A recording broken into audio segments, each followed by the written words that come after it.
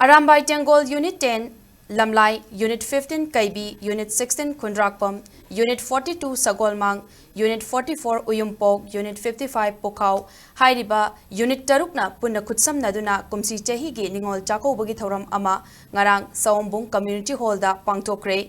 Kaibi Relief Camp, Biramangol College Relief Camp, Amasung Sawombung, Fabricated House, Sawombung, Ahum gi Ichal Iche Singh Punna Mioi, Chatret Kakuntra Mangana, Chak-kouba gi Thouram aduda Sarugyaki. Sarugyaba lakiba Ningol Singa achamba chaklen chamina bagaloinana ngamjaba kudol potsu piki haidi.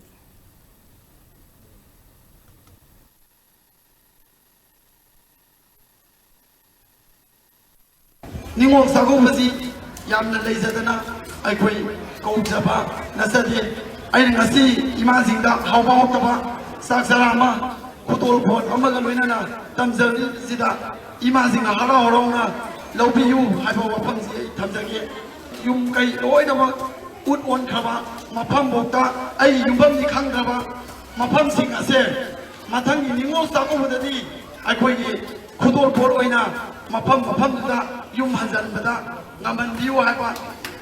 Namandiu Hapa Wapansi, Tamsaki.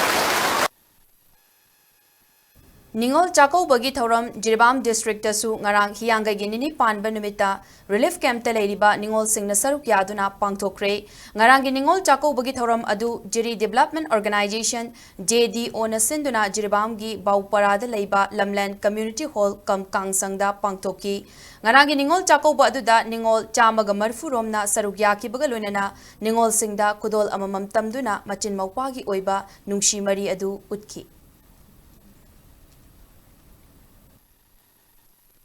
Lipta laiba Ningol Singh amadi alaman pising Ningol Singh si ayamba koina Ningol Chak-kouba Thouram Paktak-Nana si segna harakanda jirida laiba Ningol Singh jiri magi mabung mapa laiba singna kaubaduda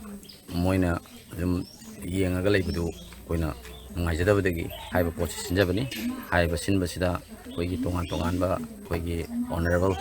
chief minister nasu aso mateng pangbirei koi moirangi santi MLA nasu mateng khara pangbirei honorable speaker nasu aso mateng pangbirei na